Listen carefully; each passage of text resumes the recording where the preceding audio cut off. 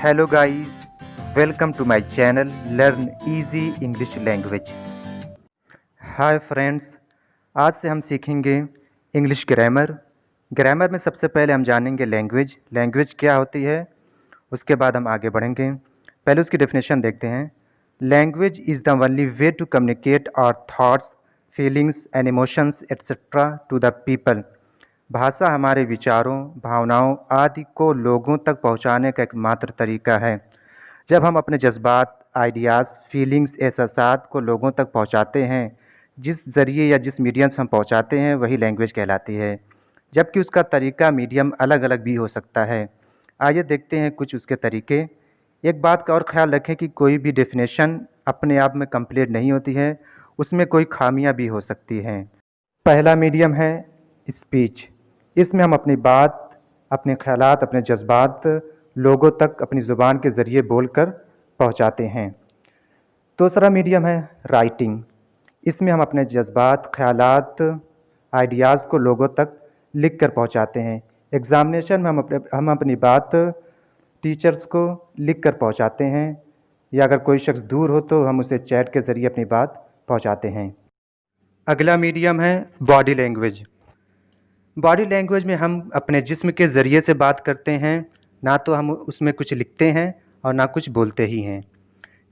Body language में कई चीज़ें शामिल हैं, जैसे face expression, body posture, gesture, eye movement, touch etcetera.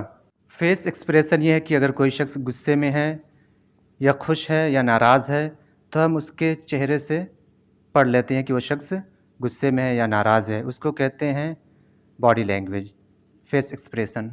Body posture या जेस्चर, अगर कोई शख्स नमाज़ पढ़ रहा हो या मंदिर में पूजा कर रहा हो या कोई शख्स योगा कर रहा हो, डांस कर रहा हो, तो उसको कहने की ज़रूरत नहीं है कि मैं ये काम कर रहा हूँ, क्योंकि ये भी एक लैंग्वेज है।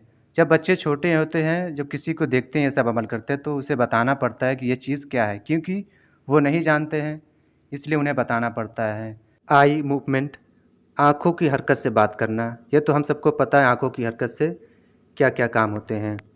उसके बाद टचिंग है, टिकलिंग है। चलते हैं अगले मीडियम पर। सिंबल्स एंड साइंस, मतलब अलामतें या निशानात, या हिंदी में हम कहते हैं प्रतीक। जब हम किसी बाइक पर प्लस का निशान देखते हैं तो समझ जाते हैं कि किसी डॉक्टर की बाइक है, क्योंकि हम उस लैंग्वेज को जानते हैं। हालांकि हमें कोई शख्स आकर नहीं बताता है कि ये डॉक्टर की बाइक है। लेकिन हमारे मोबाइल में बहुत से ऐसे सिंबल हैं जिनको हम नहीं जानते, क्योंकि हम उन्हें पढ़ते नहीं, इसलिए हम उनको नहीं जानते हैं। बहुत से सिंबल्स हम अपने सोशल मीडिया पे डेली भेजते रहते हैं, like, dislike, sad, happy, cry etcetera. Next medium है ड्रेस कोड। ड्रेस कोड ये भी एक लैंग्वेज है। जब हम किसी शख्स को सामने से आते हुए देखते हैं जिसके बदन पर खाकी वर्दी हो, तो हम समझ जाते हैं कि ये पुलिस वाला ही होगा। हालांकि हमें कोई शख्स आकर नहीं बताता है कि ये पुलिस वाला है, क्योंकि हम उसकी वर्दी को जानते हैं। आर्मी वाला है तो भी जान जाएंगे। अगर लॉयर आ रहा हो सामने से, काली कोट पहनकर और टाई लगाकर आ रहा हो, तो हम जान जाएंगे कि ये लॉयर है। या कोई जय गुरुदेव का आदमी हो, उसके ड्रेस को देखकर हम पहचान लेंगे। या हम दो स्टूडेंट को देखते हैं, दोनों का यूनिफॉर्म अलग अलग है, तो हम जान लेते हैं कि ये फ़लाँ स्कूल में पढ़ता है, ये फ़लाँ स्कूल में। और जो हमें इस ग्रामर में पढ़ना है वो पहला पढ़ना है और दूसरा। Thank you for watching. Friends, if you like my videos, please like, share and subscribe.